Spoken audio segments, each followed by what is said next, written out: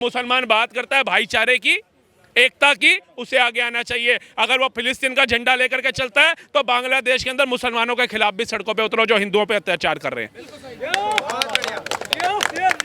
जैसे बर्मा से आते हो, म्यांमार से आते हो तो परमिशन नहीं लेके आते ना, ऐसे इजराइल भी बिना परमिशन लिए चले जाओ। जरूरत है वहां के लोगों को, तुम्हारे को फिलिस्तीन गाजा चले जाओ, वहां के लोग तुम्हारे जैसे शूरवीरों को बुला रहे हैं कि आओ भैया।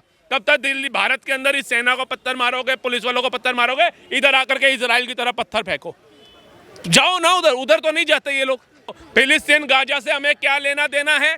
क्या हमारे घर में आकर के राशन डाल के जा रहा है क्या वो? जो मुसलमान भारत के अंदर झुग्गी झोपड़ी में रह रहा है, जो भीख मांग रहा है, उसको क्या घर बना करके दे रहा है क्या? वहां से अपनी कंट्री का पैसा भेज रहा है क्या कि जाओ ये मेरे मुसलमानों, जा करके मकान बना लो, रह लो, खा लो, अपने बच्चे बढ़ा लो? कुछ कर रहा है क्या? तो ये जो छाती तड़प रही है, ये भारत के मुसलमानों की क्यों तड़प रही है? एक बार चाइना के मुसलमानों को कहना जरा फिलिस्तीन का समर्थन करके दिखाएं।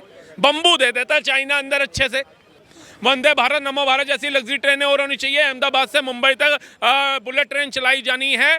उससे अलावा अलग अलग राज्यों में भी चलाई जानी चाहिए। हमारे को ये देखना चाहिए। लेकिन भारत का मुसलमान जो बात करता है सभी के खून शामिल होने की, हिंदुस्तान किसी के बाप का ना होने की, उनसे पूछिए फिलिस्तीन उनका क्या लगता है? फूफा लगता है? जो बंदा 80 करोड़ की लाइन में लग के राशन फ्री ले रहा है, वो 9 लाख एकड़ जमीन दान करेगा? पहले तो आप ये बताइए। और जिन लोगों के पास सीए एनआरसी में बात करते हैं कि हमारे पास हमारे दादा परदादा के समय के पेपर नहीं है, हम कहां से लाएंगे? ये तो मोदी की तानाशाही है। एनआरसी के तहत हमें बाहर भगाने की राजनीति है ये तो। लेकिन वो मुगलों के 200, 250, 300 साल पुराने कागज इनके पास है। वो 76 साल पहले जो मुसलमान भारत से पाकिस्तान चला गया, उनके कागज इनके पास हैं। तो किसको मूर्ख बनाने की बात करी जा रही है? ये है कि जो हमास को क्रांतिकारी के रूप में देख रहे हैं भारत के लोग, वहीं फिलिस्तीन के लोग हमास के खिलाफ ही प्रदर्शन कर रहे हैं। तो भारत के लोगों को इतनी आपत्ति क्यों है? इतना प्रेम क्यों है हमास से? हमास को आतंकवादी कहने से भी यहाँ के लोग इतराते हैं, क्या वजह है? मैडम ये बताइए, इजराइल, फिलिस्तीन, गाजा वाजा जिनकी भी लड़ाइयाँ चल रही है, वो उनका मुद्दा होना चाहिए, हमारा होना चाहिए। हमें यहाँ पे ये देखना चाहिए कि हमारे यहाँ पे जो सड़कों के जाल बिछाए जा रहे हैं, 4 लाइन, 8 लाइन और 14 लाइन के, इनकी तादाद कैसे बढ़ाई जाए। हमारा भारत जो आज 5वीं अर्थव्यवस्था पे आ चुका है, उस पे जो मोदी जी कह रहे हैं 3री पे लेकर के आऊँगा, जर्मनी जापान को पछाड़ के, वो कब आएगा, कितनी जल्दी, उसकी प्रतीक्षा हमें करनी चाहिए। वंदे भारत, नमो भारत जैसी लग्जरी ट्रेनें और होनी चाहिए। अहमदाबाद से मुंबई तक बुलेट ट्रेन चलाई जानी है। उससे अलावा अलग अलग राज्यों में भी चलाई जानी चाहिए। हमारे को ये देखना चाहिए। लेकिन भारत का मुसलमान जो बात करता है सभी के खून शामिल होने की, हिंदुस्तान किसी के बाप का ना होने की, उनसे पूछिए फिलिस्तीन उनका क्या लगता है? फूफा लगता है? जो उसका झंडा भारत के भूमि में ला रहे हो। अगर ये इजराइल ना होता तो भैया भारत का मुसलमान भी ना होता, हिंदू भी ना होता, सिख भी ना होता, ईसाई भी ना होता। क्यों? जब पाकिस्तान ने हमारे ऊपर बम फेंके थे ना, तो ये इजराइल ने ही अपनी सेना भेजी थी हमारे बचाव के लिए। ये रशिया ही आया था। अमेरिका ने तो हाथ खड़े कर दिए थे, चाइना ने तो हाथ खड़े कर दिए थे, बाकी जितनी कंट्रियां आसपास की, इन सब ने हाथ खड़े कर दिए थे। तब इजराइल हमारे साथ खड़ा हुआ था। उसकी देन है, उसकी वो ताकत थी जो हिंदुस्तान के साथ मजबूती से खड़ी रही, जिसकी वजह से आज हम जीवित हैं। आज ये जो ओबीसी जैसे झंडा उठा करके ना फिलिस्तीन का जय फिलिस्तीन बोल रहे हैं, कम से कम एहसान फरामोशी तो मत दिखाओ। नमक जिसका खाते हो नमक हरामी तो मत करो। अब बताओ, फिलिस्तीन गाजा से हमें क्या लेना देना है?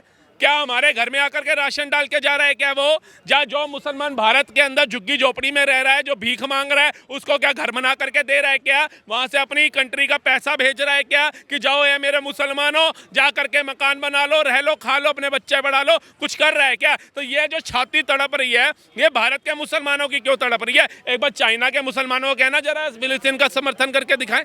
बम्बू दे देता है चाइना अंदर अच्छे से। मेरा एक सवाल है, आप यहाँ कह रहे कि भारत के मुसलमानों को इतनी आपत्ति क्यों हो रही है? भारत सरकार ने भी तो राहत सामग्री पहुंचाई थी ना फिलिस्तीन गाजा पट्टी पे। तो इनको बोलो राहत सामग्री पहुंचाए ना।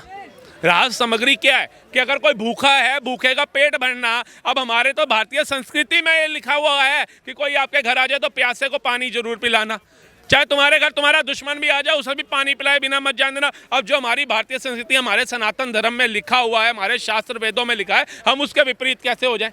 लेकिन आप ये बोलो कि भैया वो तो उसकी बहन की आबरू लूट रहा है, वो तो उसके माँ बाप को मार रहा है, कत्लेआम कर रहा है, वो ठीक है। लेकिन जब वो दूसरा कत्लेआम कर रहा है या दूसरा बदला ले रहा है तो वो गलत हो गया।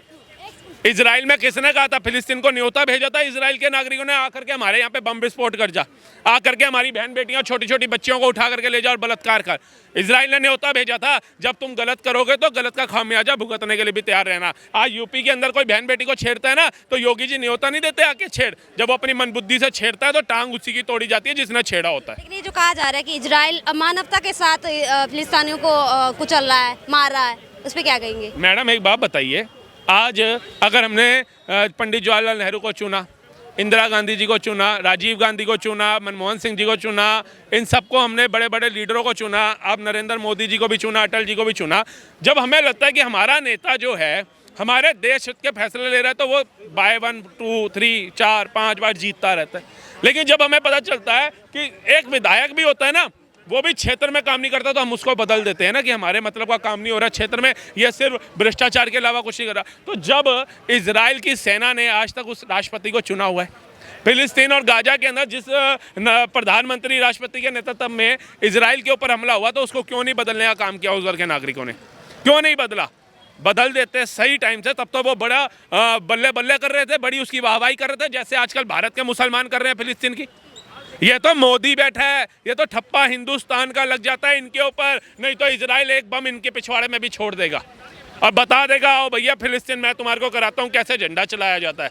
ये तो शुक्र मनाओ तुम हिंदुस्तान के अंदर रह रहे हो। पाकिस्तान की कोई वीडियो देखिए फिलिस्तीन का झंडा ले जाते हुए, उसे पता आटा छोड़ो पानी से भी मोहताज कर देगा इजराइल आ गया अपनी औकात पे। तो अभी तो फिलिस्तीन उड़ रहा है, दूसरी तरफ पाकिस्तान उड़ रहा होगा हमारा। अल अक्सा का पोस्टर लेके भी नमाज के बाद कई लोगों ने विरोध प्रदर्शन किया मस्जिदों के बाहर। देखिए, आपकी मस्जिद आपकी इबादत का घर है, वहाँ इबादत करो, वहाँ पर ये राजनीति करने मत जाओ।